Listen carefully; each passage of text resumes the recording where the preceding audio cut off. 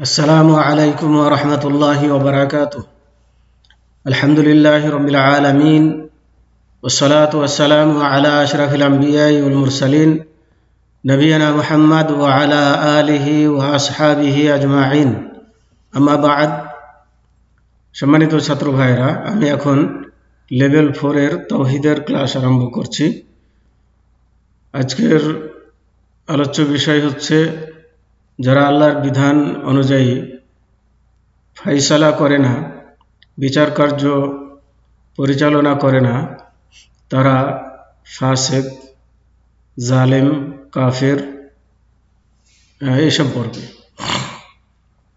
সম্পর্কে কিছু আলোচনা ইতিপূর্বে হয়েছে। আজকে বাকি অংশ আলোচনা করব ইনশাআল্লাহ।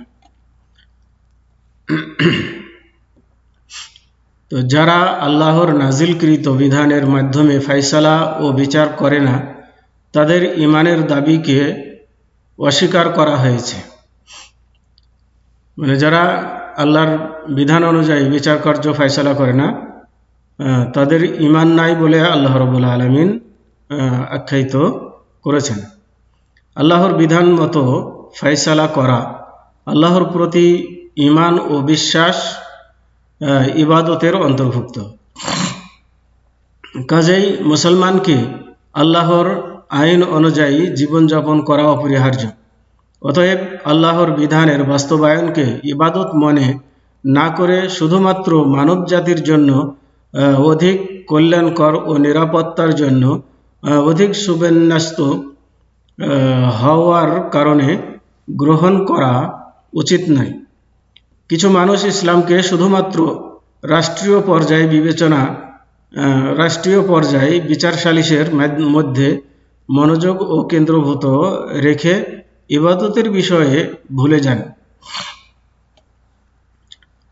আল্লাহ পাক ওই সমস্ত লোকদেরকে তিরস্কার করেছেন যারা আল্লাহ তাআলার বিধান প্রয়োগকে ইবাদত মনে না করে শুধুমাত্র নিজেদের স্বার্থের জন্য করে থাকে। এ সম্পর্কে আল্লাহ পাক ইরশাদ করেন, মানে কিছু মানুষ মনে করে যে বিচার সালিশ এগুলো নিয়ে ইবাদতের অন্তর্ভুক্ত নয়। তো এরা মনে করে শুধু নামাজ, রোজা, হজ, যাকাত এগুলো নিয়ে ইবাদতের অন্তর্ভুক্ত, অন্যান্য কাজ এগুলো ইবাদতের অন্তর্ভুক্ত নয়, এগুলো বৈষয়িক কাজ মনে করে। কিন্তু তাদের এটা ভুল ধারণা। তাদের সম্পর্কে আল্লাহ রাব্বুল আলামিন বলছেন যে ওয়াইদা দুউ ইলাল্লাহি ওয়া রাসূলিহি লিয়াহকুমা বাইনাহুম ইদা ফারীকুম মিনহুম মু'রিদুন ওয়া ইন ইয়াকুল লাহুমুল হাক্কু ইয়াতু ইলাইহি মুযঈনিন। অর্থাৎ, এবং যখন তাদেরকে আহ্বান করা হয় আল্লাহ ও তার রাসূলের দিকে তাদের মধ্যে ফয়সালা করে দেওয়ার জন্য, তখন তাদের একদল মুখ ফিরিয়ে নেয়। আর যদি ওদের প্রাপ্য ফয়সালা তাদের অনুকূলে থাকে তাহলে তারা বিনীতভাবে রাসূলের নিকটে ছুটে আসে। তো এগুলো হচ্ছে মুনাফিকদের লক্ষণ। তাদের পক্ষে হলে রাসূলের কাছে ছুটে আসে ফয়সালার জন্য, আর যখন তাদের বিপক্ষে যাবে তখন তারা রাসূলের ফয়সালা মানবে না। এটাই হচ্ছে। তো বর্তমান সমাজেও বিচার সালিশ এগুলো কোরআনের ফয়সালা দিয়ে না করে বা হাদিসের মাধ্যমে ফয়সালা না করে নিজেদের মন মতো ফয়সালা করছে, কোরআন হাদিসকে অগ্রাহ্য করে, এবং এটাকে তারা মনে করে যে নিজেদের বৈষয়িক কাজ। বরং এটিও আল্লাহর বিধান পালন করার কারণে এটি ইবাদতের অন্তর্ভুক্ত। যে ব্যক্তি বিচার সালিশ আল্লাহর বিধান মোতাবেক করবে, তার মানে হচ্ছে এই যে সে আল্লাহর ইবাদত করলো, আল্লাহর বিধানকে মানলো। আর আল্লাহর বিধানকে মানাই হচ্ছে আল্লাহর ইবাদত করা। অর্থাৎ ওই পর্যায়ের লোকজন তাদের প্রবৃত্তির চাহিদা অনুযায়ী ফয়সালাকে গ্রহণ করে থাকে, আর যে ফয়সালা তাদের ইচ্ছার বিপরীত হয় সেগুলিকে এড়িয়ে চলে। কেননা তারা রাসূলুল্লাহ সাল্লাল্লাহু আলাইহি সাল্লামের দিকে মোকদ্দমাকে পেশ করাকে আল্লাহর ইবাদত বলে বিশ্বাস করে না। আল্লাহ পাক ইরশাদ করেন, ওমান লাম ইয়াহকুম বিমা আনজালাল্লাহু ফাউলাইকা হুমুল কাফিরুন, অর্থাৎ এবং আল্লাহ যা অবতীর্ণ করেছেন সে অনুসারে যারা বিধান বা ফয়সালা করে না তারাই কাফির বা সত্য ত্যাগকারী। সূরা মাইদা 44 নম্বর আয়াত। তাহলে আল্লাহর বিধান মোতাবেক ফয়সালা যারা না করে তাদেরকে কাফির বলে আখ্যায়িত করা হয়েছে। তো এই আয়াতে কারিমাই আল্লাহর বিধান ছাড়া শাসন কার্য পরিচালনাকে কুফরি বলা হয়েছে। এই কুফরি কোনো সময় বড় কুফরিতে পৌঁছে দেয়। তো এই কুফরি কোনো সময় বড় কুফরিতে পৌঁছে দেয়। যেমন যে কুফরি ব্যক্তিকে দ্বীন ইসলাম থেকে খারিজ করে দেয়, আবার কখনো তা ছোট কুফরিতে পৌঁছে দেয়, তবে এর ফলে ব্যক্তিকে দ্বীন ইসলাম থেকে খারিজ করে দেয় না। তো যারা আল্লাহর বিধান মোতাবেক ফয়সালা করে না তাদের কাউকে বড় কুফরিতে পরিণত করে আর কাউকে ছোট কুফরিতে পরিণত করে। এটা ব্যক্তি বিশেষের উপরে বা তার বিশ্বাস এবং পরিস্থিতির উপরে ভিত্তি করে হয়ে থাকে। আর এ তারতম্য শাসকের বা বিচারকের অবস্থার প্রতি নির্ভর করে। কেননা উক্ত শাসক বা বিচারক যদি এ বিশ্বাস রাখে যে আল্লাহর বিধান অনুযায়ী শাসন পরিচালনা করা অপরিহার্য নয়, বরং এটি ঐচ্ছিক বিষয়, বা আল্লাহর বিধান মতো শাসন পরিচালনাকে তুচ্ছ মনে করে মানব রচিত সংবিধান ও নিয়মকানুনকে আল্লাহর বিধান থেকে উত্তম মনে করে, অথবা আল্লাহর আইনকে বর্তমান যুগে অনুপযোগী মনে করে, অথবা আল্লাহর বিধান ছাড়া শাসন করার উদ্দেশ্য হল কাফের ও মুশরিকদেরকে সন্তুষ্ট করা, তাহলে এটি হবে বড় কুফরি। তাহলে কোনো ব্যক্তির যদি উদ্দেশ্য এই ধরনের হয় তাহলে সে বড় কুফরিতে পতিত হবে। উক্ত শাসক বা বিচারক যদি এ বিশ্বাস রাখে যে আল্লাহর বিধান মতো ফয়সালা করা অপরিহার্য এবং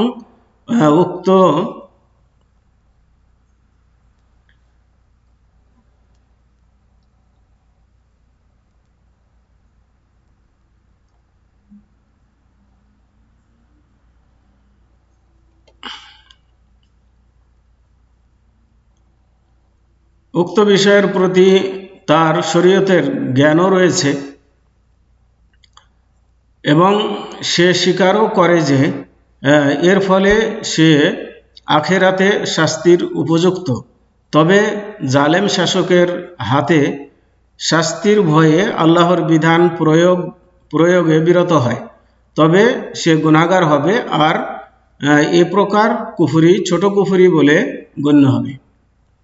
তার মানে বিচারক জানে যে আল্লাহর বিধান অনুযায়ী ফয়সালা করাটাই হচ্ছে উত্তম, এবং আল্লাহর বিধান অনুযায়ী ফয়সালা না করলে যে সে আখেরাতে শাস্তির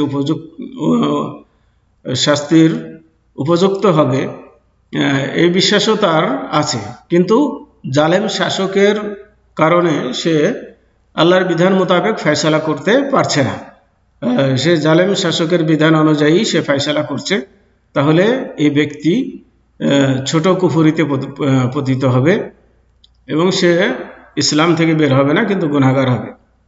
আর কোনো হাকিম বা বিচারপতি যদি আল্লাহর বিধান সম্পর্কে জ্ঞান লাভ করার জন্য যথেষ্ট সাধনা ও চেষ্টার পরও উক্ত বিষয়ে ফয়সালার জ্ঞান লাভে ব্যর্থ হয় এবং হুকুম প্রদানে ভুল করে থাকে, তবুও সে সওয়াব লাভ করবে এবং তার ভুল মার্জনীয় বলে গণ্য হবে।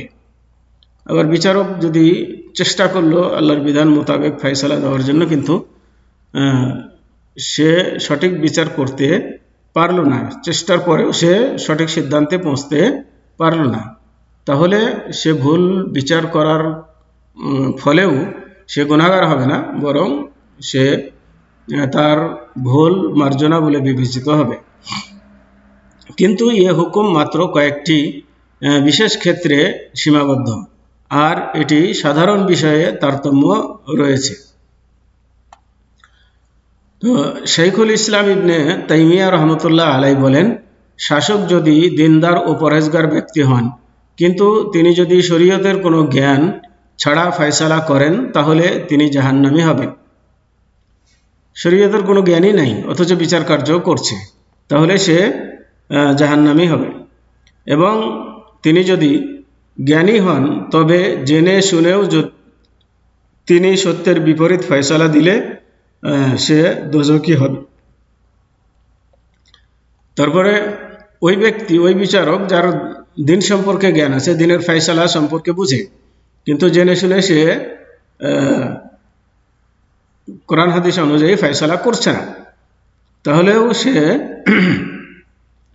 দোজখী হবে, জাহান্নামী হবে। আর কোনো জ্ঞান ও ইনসাফ ছাড়া বিচার করলেও তিনি জাহান্নামের অধিকতর উপযোগী। এই বিষয়গুলি কোনো নির্দিষ্ট ব্যক্তির সমস্যা নিষ্পত্তির বিষয়ে। তবে বিচারক যদি মুসলমানদের দিন সম্পর্কে সার্বজনীন কোনো হুকুম প্রদান করেন, যেমন সত্যকে অসত্য এবং অসত্যকে সত্য, সুন্নাতকে বিদাত এবং বিদাতকে সুন্নাত, সৎ কাজকে অসৎ কাজ,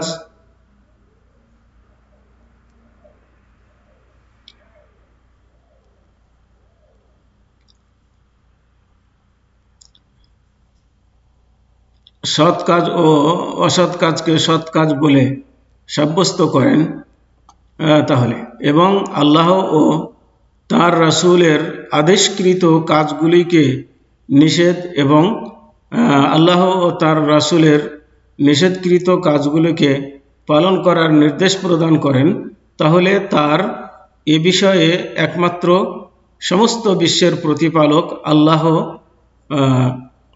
নবী ও রাসূলগণের প্রতিপালক, কিয়ামতের দিবসে একমাত্র মালিক, আদি ও অন্তের যাবতীয় প্রশংসা যার প্রাপ্য, তিনি এর ফয়সালা করবেন। এ ধরনের কাজ করলে এই ধরনের লোকের ফয়সালা আল্লাহ রাব্বুল আলামিন করবেন। আল্লাহ পাক ইরশাদ করেন, ওয়ালাহুল হুকমু ওয়া ইলাইহি তুরজাউন, মানে অর্থ বিধান তারই, মানে আল্লাহরই, এবং তারই নিকটে তোমরা প্রত্যাবর্তিত হবে। সূরা কাসাস 88 নম্বর আয়াত। আল্লাহর বাণী, হুয়াল্লাযী আরসালা রাসূলাহু বিল হুদা ওয়া দীনিল হক লিইয়ুযহিরাহু আলাদ দীন কুল্লিহি ওয়া কাফা বিল্লাহি শাহীদা। এখানে আল্লাহ তাবারক ওয়া তাআলা বলছেন যে তিনি আল্লাহ তার রাসূলকে পথ নির্দেশ ও সত্য দিন সহ প্রেরণ করেছেন, অন্য সমস্ত দিনের উপরে এই দিনকে জয়যুক্ত করার জন্য। সাক্ষী হিসাবে আল্লাহই যথেষ্ট। তাহলে আল্লাহ রাব্বুল আলামিন দিন ইসলামকে তার রাসূলকে দিয়ে পাঠিয়েছেন অন্য সকল দিনের উপরে বিজয় লাভ করার জন্য। আল্লামা ইমাম ইবনে তাইমিয়া রাহিমাহুল্লাহ আরও বলেন যে এ কথার মধ্যে কোনো সন্দেহ নাই যে ব্যক্তি আল্লাহ ও তার রাসূলের বিধান অনুযায়ী ফয়সালা করার অপরিহার্যতাকে বিশ্বাস করে না, সে কাফির।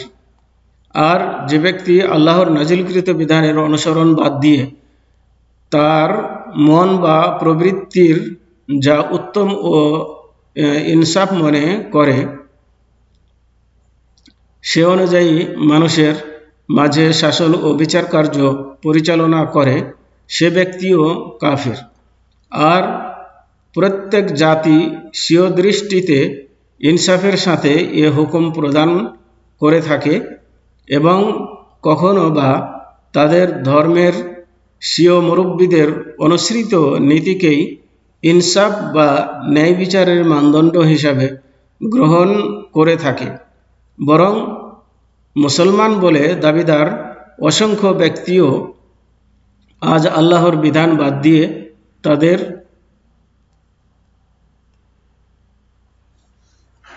পূর্বসূরীদের আদত ও অভ্যাস, রীতি ও প্রথা অনুযায়ী বিচার করে থাকে এবং তারা শাসনকর্তা ও নেতার নীতিমালাগুলিও অনুসরণ করে থাকে। তারা ধারণা করে থাকে যে কোরআন ও সুন্নাহ হাদিসের পরিবর্তে ওই সমস্ত মানবরচিত নীতিমালার মাধ্যমে হুকুম ও ফয়সালা করাই উত্তম। এ প্রকার বিশ্বাসও কুফরের অন্তর্ভুক্ত। অনেক মানুষ মুসলমান হওয়ার পরেও তারা তাদের আমির উমারা ও নেতাদের প্রচলিত আদত ও নীতিমালা ছাড়া হুকুম ও ফয়সালা করেন না। এ সমস্ত লোক যখন জানতে পারে যে আল্লাহর নাজিলকৃত বিধান ছাড়া হুকুম পরিচালনা করা জায়েজ নয় এবং এর পরেও তারা আল্লাহর আইনকে অনুসরণ না করে আল্লাহর নাজিলকৃত বিধানের বিপরীত হুকুম দেয়াকে হালাল বা বৈধ মনে করে, ফলে তারা সকলেই কাফের বলে বিবেচিত হবেন।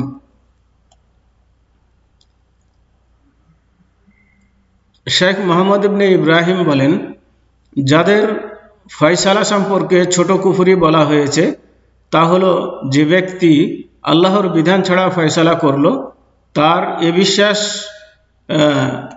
যে এটি গুনাহর কাজ এবং আল্লাহর বিধান মতো ফয়সালা করা হক ও সত্য, তবে ওই ব্যক্তির পক্ষ থেকে এ ধরনের কাজ দুই একবারের অধিক হওয়া বাঞ্ছনীয় নয়। কোনো ব্যক্তি যদি মনে করে যে আল্লাহর বিধান অনুযায়ী ফয়সালা করাটা হচ্ছে ন্যায়সঙ্গত বা সেটা জরুরি এবং আল্লাহর বিধান ছাড়া অন্যভাবে ফয়সালা করাটা গুনাহের কাজ, এই মনে থাকার পরেও যদি সে আল্লাহর বিধান ছাড়া ফয়সালা করে তাহলে এটা দুই একবার হতে পারে, এর বেশি নয়। দুই একবার হলে সেটাকে ছোট কুফরি বলে ধরা যাবে, কিন্তু যদি সে কন্টিনিউ করে যায় তাহলে সে আর ছোট কুফরির মধ্যে থাকবে না। মানে শেখ মোহাম্মদ ইবনে ইব্রাহিম তার মতে। আর যে ব্যক্তি মানবরচিত আইন কানুন বিধিবিধানগুলিকে ধারাবাহিকভাবে বিন্যস্ত, বিনম্র ও বাধ্যতামূলকভাবে পরিচালনা করছে তা সবই কুফরি। আইন প্রণয়নকারীগণ মুখে যতই স্বীকার করুক না কেন যে আমরা ভুল করেছি এবং শরীয়তের হুকুমই সবচেয়ে ইনসাফ ভিত্তিক, তারা যদি মুখে বলে যে শরীয়তের বিধান ইনসাফ ভিত্তিক আর আমরা এগুলো ভুল করছি শরীয়তের বিধান অনুযায়ী ফয়সালা না করে, এটা মুখে যতই বলুক, বলার পরেও তারা কি হবে? কাফেরে পরিণত হবে, কেননা তারা এটা ছাড়ছে না। তো দুই একবার হতে পারে, কিন্তু এর বেশি হলে সেটা কুফরিতে পরিণত হবে। আর এ কুফরির কারণে ব্যক্তি ইসলাম থেকে বহির্ভূত হয়ে যাবে। আর এই ধরনের কুফরির কারণে মানে কন্টিনিউ যদি করে যায় তাহলে এই কুফরির কারণে সেই দিন ইসলাম থেকে বের হয়ে যাবে।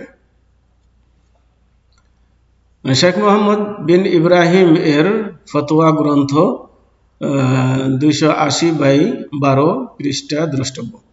তবে শেখ মোহাম্মদ বিন ইব্রাহিম রাহেমাহুল্লাহ দণ্ড সংক্রান্ত অর্থাৎ শাস্তিমূলক মামলার রায় যা পুনরাবৃত্তি হয় না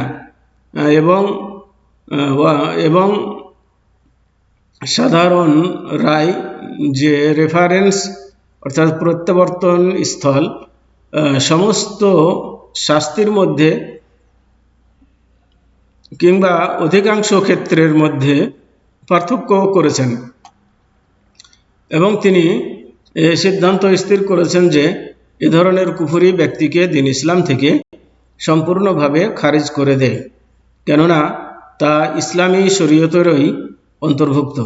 এর মাধ্যমে ব্যক্তি মানবরচিত আইনকে শরীয়তের বিধানের বিকল্প মনে করে।